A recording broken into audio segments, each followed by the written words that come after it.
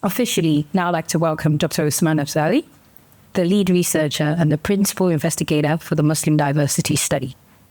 He'll be sharing key findings from the study, and following his talk, there'll be time for questions. Please let's give a whole round of applause for Dr. Usman.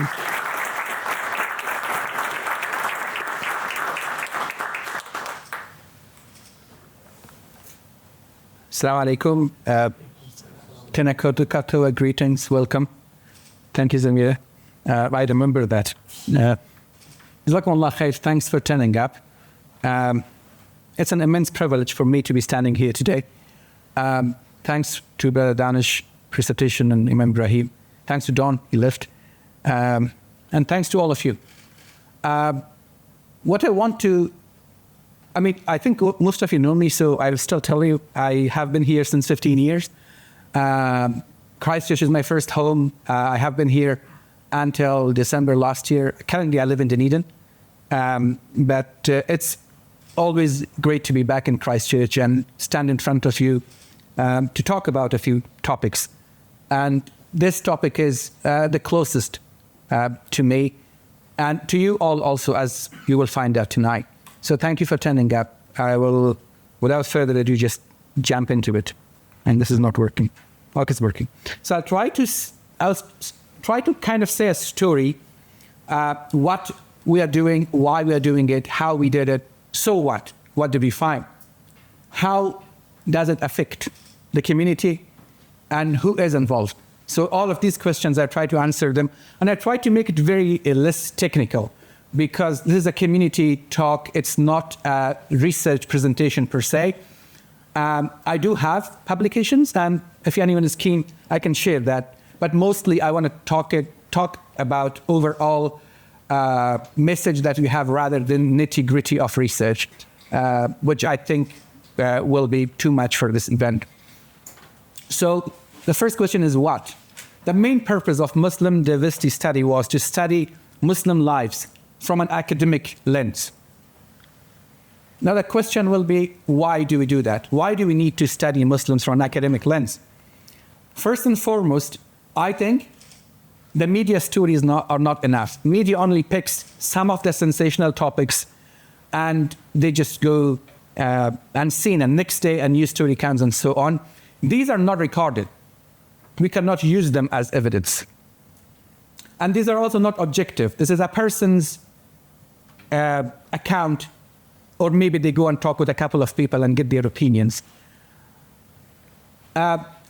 And also, you know very well than me, I don't work in the policy, but most of you who do work who work with the community, they know that if you go to government and tell them we have these problems and we need changes here and there, they require evidence. We need to have objective evidence, not what I say, but what the data show.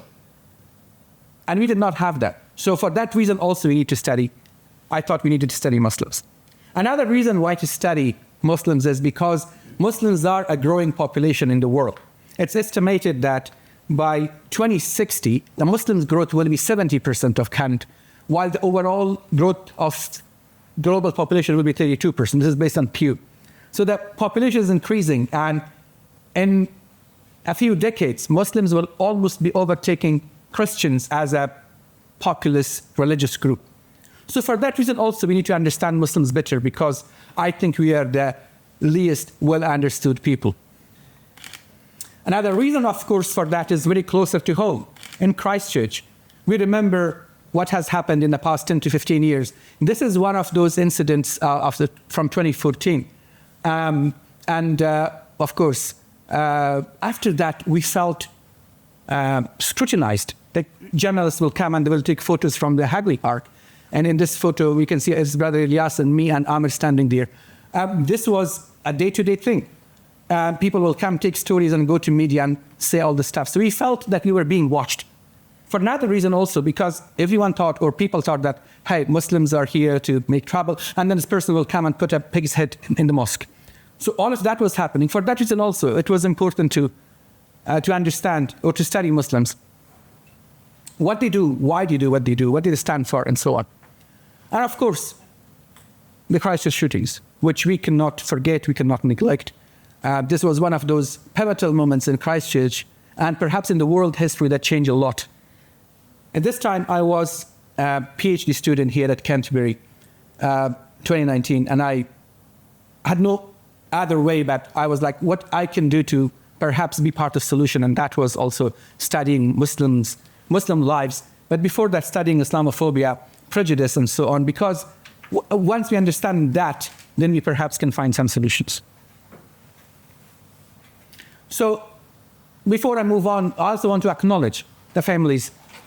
Some families are here, I know you, and the wounded and those who are still in pain. And of course, this city is historical for that reason, and we will never forget that.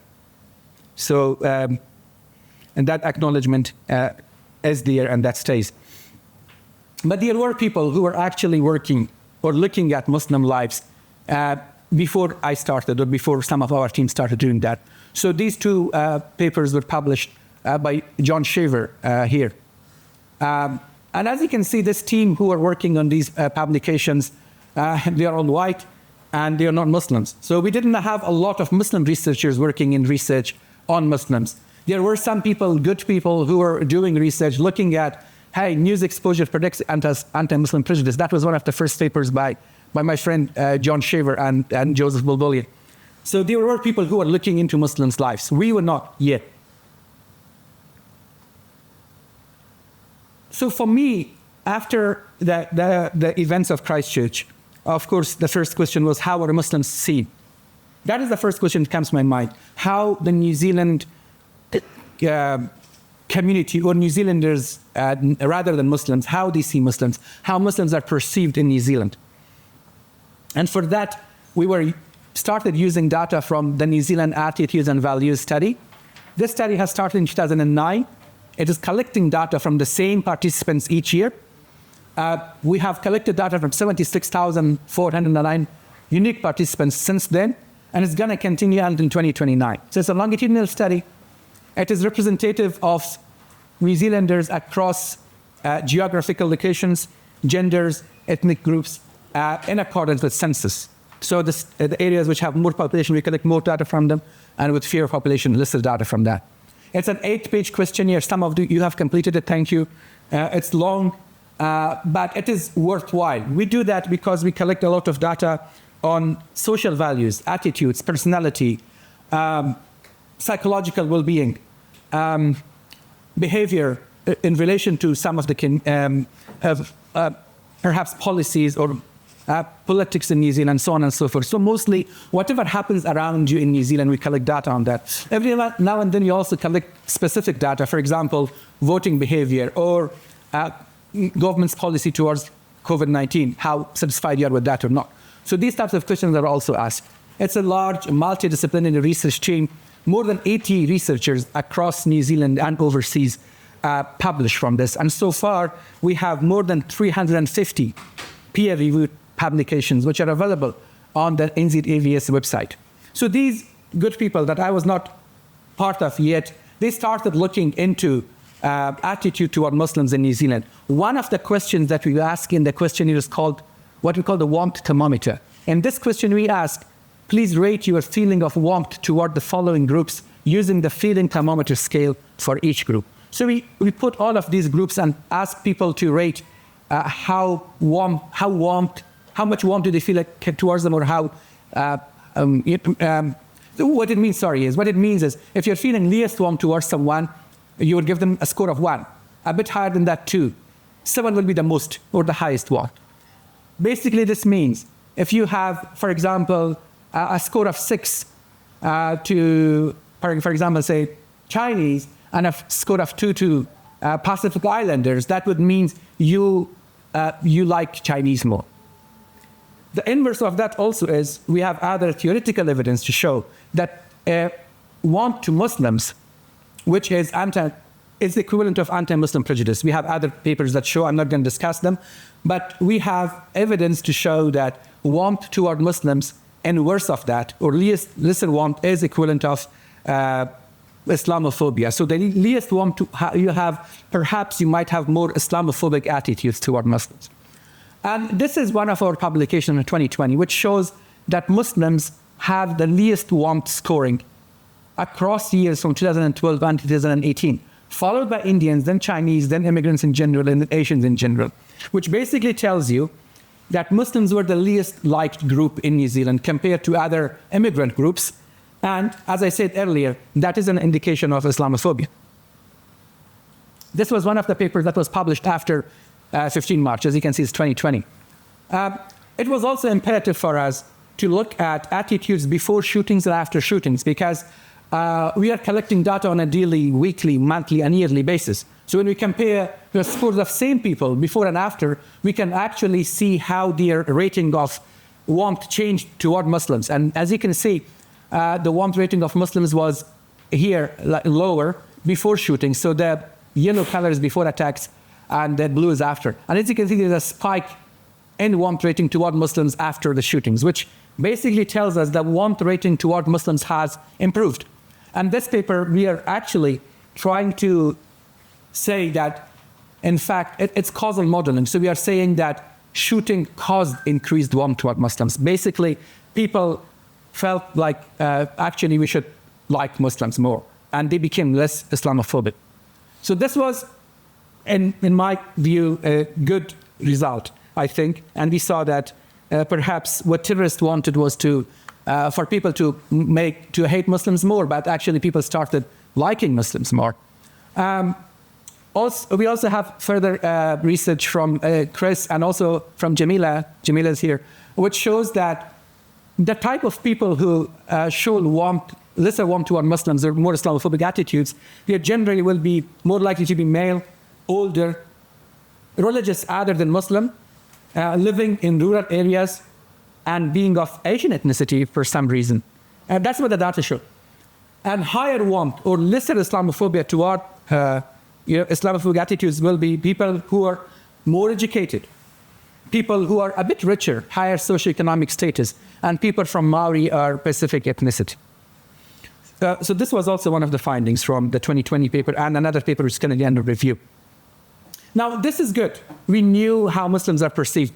To me, a more important question was how Muslims see themselves.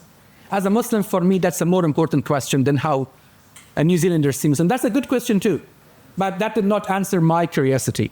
So we could not answer this question from the sample of 76,000 people we had, because the sample of Muslims fluctuated between 50 and 80. 50 and 80 is a very small number statistically to compare with hundreds and thousands of participants. We cannot make meaningful inferences, and for that we had to collect more data from Muslims. And I also had a problem with messaging, because the papers we talk about Islamophobia, anti-Muslim prejudice, these attitudes, all the negative messaging, it was not the whole New Zealand who did this Christchurch shooting. It was just one person who did it. And a lot of New Zealanders, we all witnessed, they showed a lot of warmth, a lot of solidarity with us. They came with us, they cried with us, they stood with us, they did vigils for us. For me, it was more important to look at positive messaging, positive picture. What makes Muslim more resilient? That was a question I was asked in 2019 by Roger Mulder. He's a psychiatrist at Otago University, Christchurch. So for me, it was more important to see what makes Muslims more resilient. What makes them flourish in the face of a shooting, a crisis shooting, in the face of events like that? What makes Muslims flourish, thrive more, be more resilient? The positive psychology aspect was what I was more interested in than the negative messages of Islamophobia and anti-Muslim prejudice and so on and so forth. That is something that brings division. When we focus on positivity, when we focus on resilience, flourishing, that brings us warmth, compassion, that brings us closer to each other. So that was also why, for me, the important question was why Muslims still stay resilient in the face of an event like that. And that is how Muslim diversity study was conceived. So the idea was that we had to boost the sample of NZD-AVS, and we have to collect more data than 50 to 80. So we have an equitable sample we can compare with other religious groups. And it started in 2023. So the main purpose of MDS so far was to study Muslim lives from an academic lens, I said this earlier, and also to study Muslims from their own perspectives. which I also mean an address and representation in NZAVS. As research participants, we were lacking only 50 to 80. As researchers, we were lacking too. We did not have a lot of Muslim researchers, only a few to name. They existed, but the publications were not necessarily on Islamophobia and these issues. As I showed you, publications were by John Shaver and Joe Bulbulia and Chris Sibley, who are extremely compassionate people, but they were not Muslims. For us, we needed more Muslims to engage in this types of work rather than waiting for someone else to do that for us. So this was important to me too. More importantly, when we do publications, as a result of that, we amplify the voices of Muslims in the historical record of our research. As I told you earlier, news stories, media stories are not objective. We want to have data objectively looking at peer-reviewed scientific publication, and based on that, we understand very well that becomes part of RICO. People can use those data to change policy. And we wanted to enrich understanding of beliefs of Muslims, attitudes of them, behaviors, and also behaviors in New Zealand and Muslims for future generations. Because one thing that we know from social psychological research is we are afraid of what we don't know. If we can show with data that Muslims generally have similar attitudes on average with everyone else, that makes Muslims perhaps less threatening. That's again based on social psychological research. That was important too. And very importantly, when I was consulting with the community in 2022, I was told that a lot of people come here, they collect data, they don't share it back with us. For me, it was very important to share the findings back with the community. This session is one of those examples. But not only that, we also share with the government. We also share with the community organizations who work for Muslims, like MAC, like UC Musa, like FIANS. With government, inshallah, in November, I'm trying to meet with some of the government officials in Wellington to share our findings with them. Also to share with the rights advocates, the people who advocate for rights of Muslims. We want to share data with them too. And we have a website which has all of these information, and we will have more information to come, inshallah. So these are the purposes of Muslim diversity study. How we did this? First, the idea was that we would use the same questionnaire, the NZAVS questionnaire, the 8-page long questionnaire, and that we also send it to Muslims and try to collect data from Muslim community and 6 cities. So we started, based on the 2018 census, any city that had more than 1,000 Muslims, we started collecting data there. We established this study in partnership and co-designing with the Muslim community. As I mentioned earlier, in 2022, I started reaching out to community academics and researchers across New Zealand. Sorry, do we have water? I saw the bottles coming, sorry. So it was established in partnership with the community. I reached out to 29 researchers, community leaders, youth and elderly, male, female, from different community organizations, and asked them whether research like this will be feasible for the community or not, how we should do it, should we translate it to local languages or not, and so on and so forth.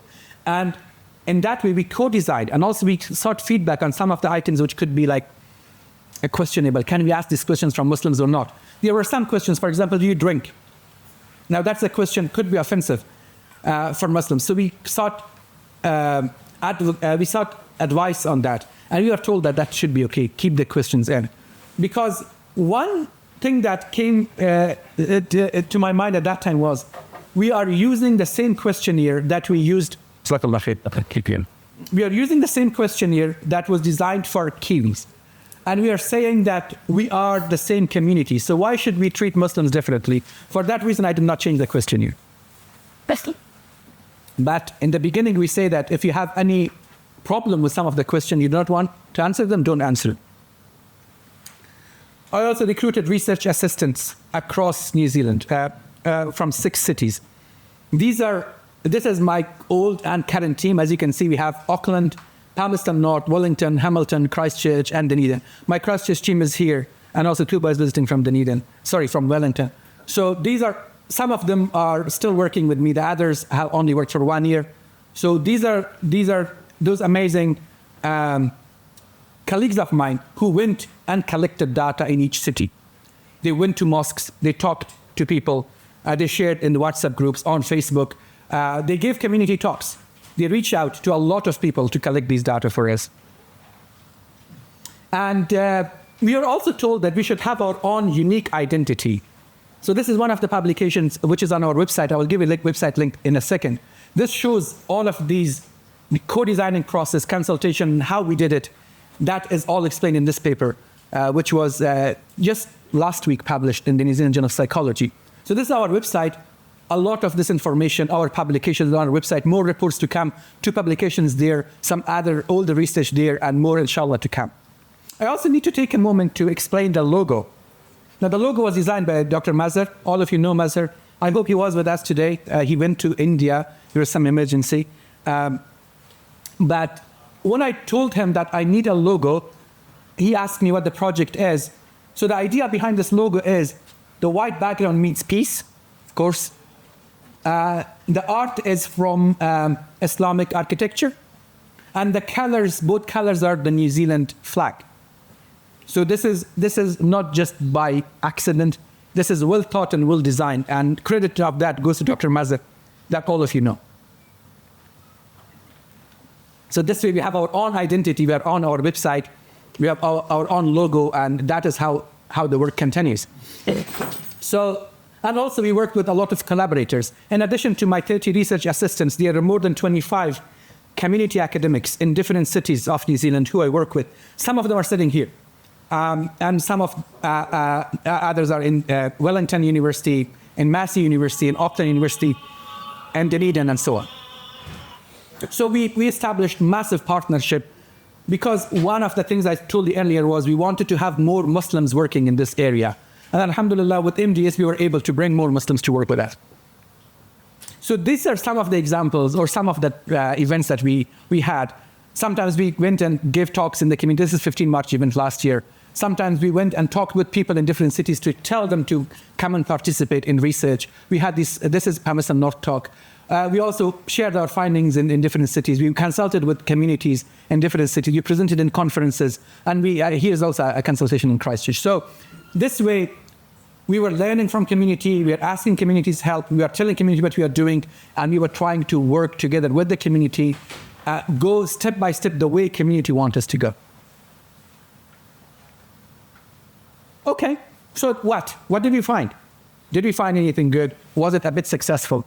We were planning to actually collect data from 1,500 new Muslims. We were not able to. We were only able to bring 582 new Muslims to NZAVS, which made our total sample of Muslims to 667. Way high, 10 times more than an original sample, which was a very good, I think, in my opinion, it was success. So from 0.1%, we went actually to 1% of New Zealand population. This is equitable because for other religion groups also we have almost 1% of them in NZAVS. So in that sense, it was equitable. I wanted more. But this is what we could do best in 1 year. So if we divide by last year's data by religion groups, we had more than 21,000 non-religious people who said did not believe in any religion, 667 Muslims, 1,300 Anglicans, 200 Buddhists, 2,000 Catholic, 3,000 plus Christian NFD, so on. As you can see, well, this is the total sample size from last year. And as you can see, we have different religion groups here. In terms of age, Muslim populations are on average younger because a lot of our participants happen to be from universities and youth. In terms of birth in New Zealand, it's very similar to census data. About 23% in our sample reported being born in New Zealand. And I think census is 25%, so it's quite similar. And as you can see in other, it's quite different. For Catholics, 79%. For non-religious, 80%. For Jewish, 67%. Hindu, 44%. It makes sense. That is what we see. Oh. In terms of gender, in each of these religious groups, about 30 to 40% of participants are generally men. The rest of them are women. Women participate in research more. In our project also, and overall in NZAVS, we have more women participants compared to men participants. I don't know why. I hope men completed it. And I hope you guys do. But now I'm coming to some of the nitty-gritties of what we found in terms of attitudes toward Muslims. So this table, I'm not going to explain the whole table. I'll just give you some idea of it. What we are doing here is we have these bars. So for example, we have one bar for non-religious, we have one for Muslim, one for Anglican, one for Buddhist, one for Catholic, Christian, and so on and so forth. And these red dots show the average or mean. So what it's trying to show here is, for example, at the first one, we're talking about perceived age discrimination. We are asking how, the question is, I feel discriminated because of my age. The second one is gender. I feel discrimination because of my gender. The third one, I feel discriminated against because of my ethnic group. And the fourth is because of my religious. So this is self-perception. We talked about self-perception of Muslims. Here we are looking at. And very interestingly, if you look at the age discrimination, Muslims would report similar discrimination based on age, like with any other religious or non-religious groups. In terms of gender, it's almost the same. Regardless of which group you are, females report gender discrimination. In terms of ethnic discrimination, it's also similar. As you can see, all the red dots are around 2. When it comes to religious discrimination, Muslims report the highest compared to all other groups. This tells us that the discrimination toward Muslims is more religious than ethnic or gender-based or age-based. And that makes sense. This is similar to what we found based on Islamophobia research earlier, that Muslims are one of the least liked groups. That was perception of Muslims by New Zealanders. This is self-perception of Muslims. So as we can see, Muslims report the highest level of religious discrimination in New Zealand. In terms of psychological well-being, this is very interesting. Psychological well-being is similar. Depression scores, anxiety scores, fatigue, rumination, they're similar. So despite facing discrimination, religious discrimination, your mental health profile is the same, which is very interesting. How can you face discrimination but not have anxiety, depression? Or you have it, but similar to other religion groups. On the same level, biological health is similar, hours of exercise similar, sleep is similar. Overall, your life satisfaction is similar with others. You have more sense of meaning and purpose. Muslims reported more sense of meaning and purpose in their lives. In terms of self-esteem, they actually report the highest self-esteem compared to other groups.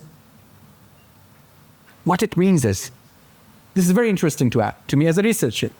You're feeling discrimination, self-perception, so much so that you are shot at.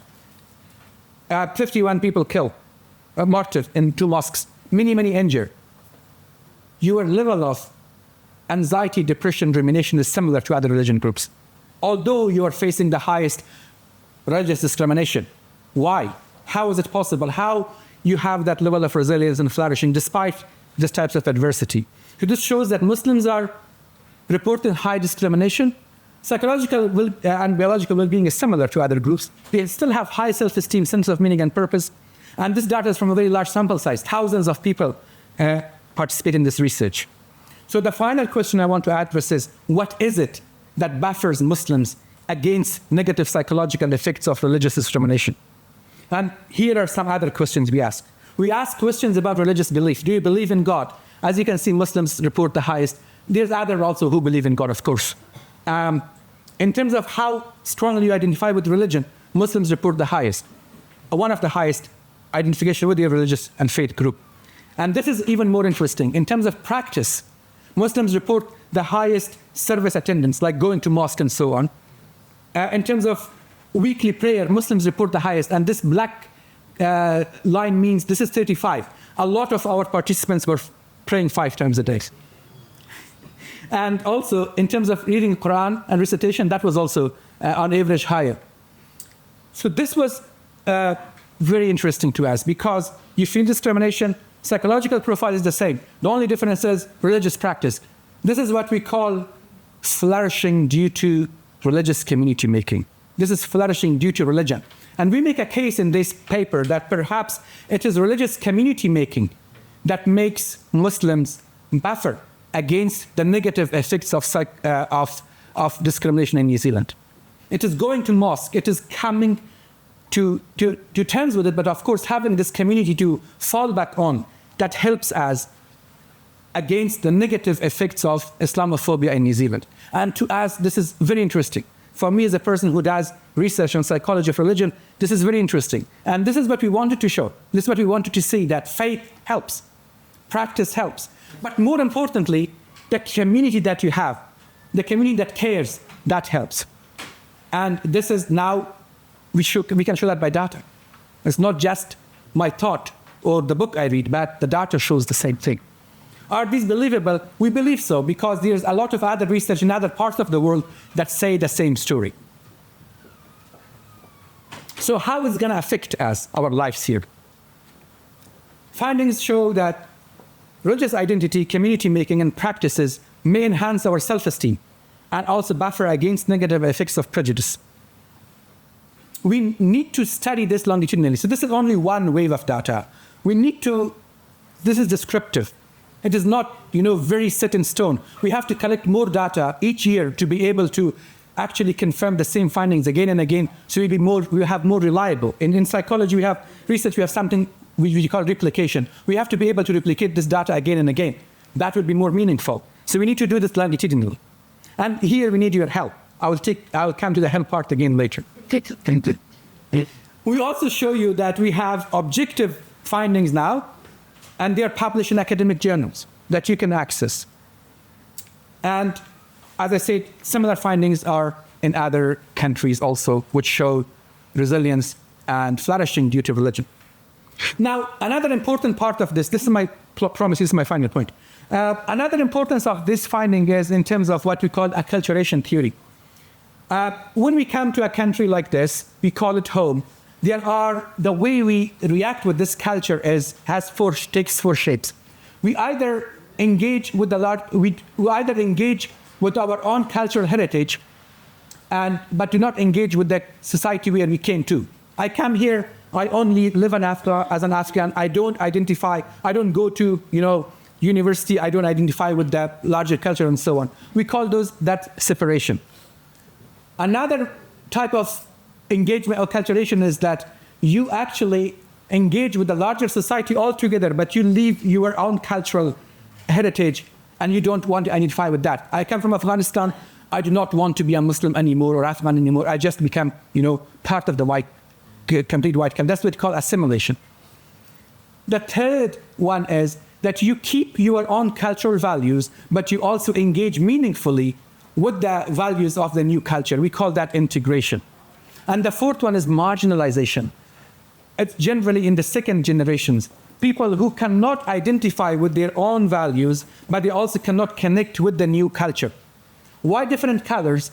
Because on average, those who are in separation and assimilation conditions, they have relatively okay, but a little bit bad psychological and well-being and educational and economic outcomes. Research shows that those who integrate, those who keep their values and also become part of the new society in a meaningful way, they have better psychological, educational, and mental well-being and economic outcomes.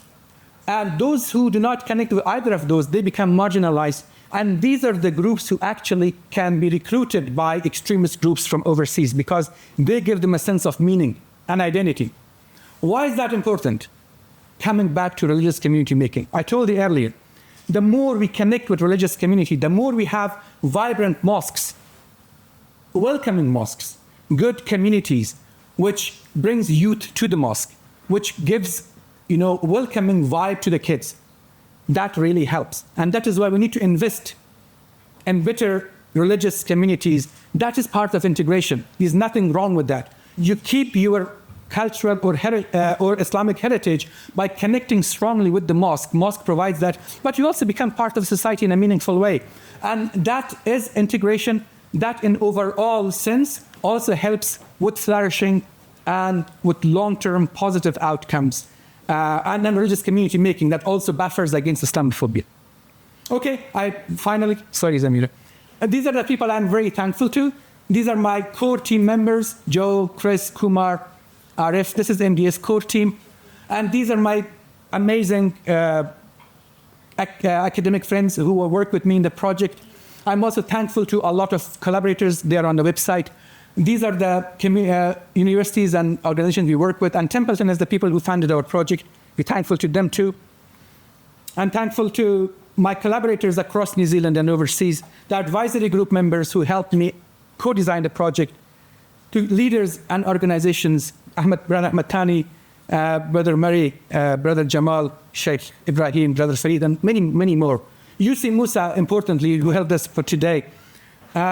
76,000 individuals who participated in EasyDVS since 2009, and the Muslims who participated in MDS. I'm thankful to you. I'm thankful to all of you too. Without you being here, without Muslims participating in research, I will not have this to present to you. I'm thankful to you. I'm standing here because you decided to participate and decided to help, and that means a lot for us. And that brings me to the help part. So we are still collecting data. We are in wave 2. A lot of you who participated, we want you to please participate again. We're going to give you a $25 voucher also. We also are, not seriously. Seriously, I'm not kidding. And for those of you who have not, besides that, we want you to use our research. It's on our website, freely available. Use it, disseminate it with others. Come work with us. If you're working in research, we have a lot of room for collaboration. Come publish with us. Be an RA with me. We will give you money also, and you can publish with us too. We need more data, as I said earlier. We have these flyers hanging around. So, 2 things. If you're a returning participant, you're completing it for a second time, you will receive a $25 voucher. If you're a new participant, we accept you too. Only we will give you $25 next year when you do it the second time. But that is a promise. So we need more data, because with more data, we can say better and more accurate stories. And that we need. To find out more, this is our email address, this is our website. And you can also reach out to my current team in each city if you wanted to ask more questions. If you want to meet me, you come to Otago. We definitely can have a chat here too. I'll be here later. This is our website looks like. You can Google search and you will be able to find it there. Thank you. I can take questions.